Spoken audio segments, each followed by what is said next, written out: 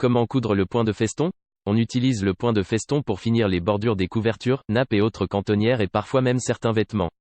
Le point de feston ressemble au point utilisé pour les boutonnières, mais les points sont plus espacés et doivent absolument être très réguliers.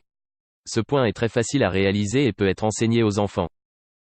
Gardez à l'esprit qu'il est nécessaire de faire des points très réguliers lorsque l'on coud un point de feston.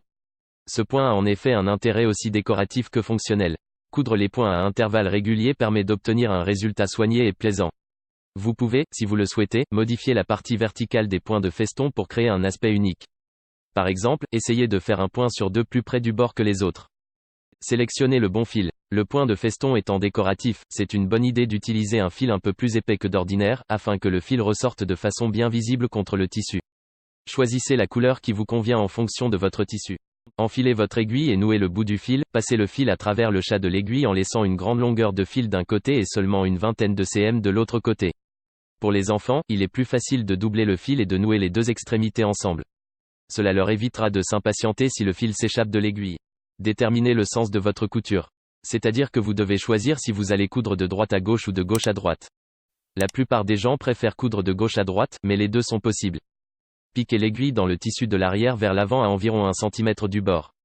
Retenez le fil à l'aide de votre pouce pour éviter qu'il ne glisse à travers le chat de l'aiguille. Si vous avez choisi de nouer les deux extrémités ensemble, ce n'est pas nécessaire.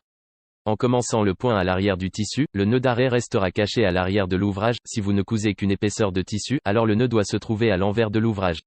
Si vous cousez deux épaisseurs de tissu entre elles, alors le nœud doit être caché à travers les deux épaisseurs. De cette façon, le nœud sera totalement invisible une fois le point fini et votre ouvrage sera plus net. Si vous effectuez votre couture pour appliquer une petite pièce de tissu sur un ouvrage plus conséquent, alors le nœud doit se trouver caché sous la bordure de la plus petite pièce de tissu. Enroulez le fil autour de la bordure et repiquez l'aiguille dans le même trou. Le premier et le dernier point doivent toujours être effectués dans le même trou d'aiguille. Cela leur donnera un aspect vertical, comme tous les autres points, au lieu d'être en diagonale. Piquez l'aiguille à travers la boucle que vous venez de former. Si vous cousez de gauche à droite, alors piquez l'aiguille vers la droite le long de la bordure du tissu. Procédez à l'inverse si vous cousez de droite à gauche. Cette étape permet de stabiliser le point, mais ce n'est pas un point à proprement parler. Merci d'avoir regardé cette vidéo, n'hésite pas à liker et à t'abonner à la chaîne, dis-moi ce que tu penses dans les commentaires.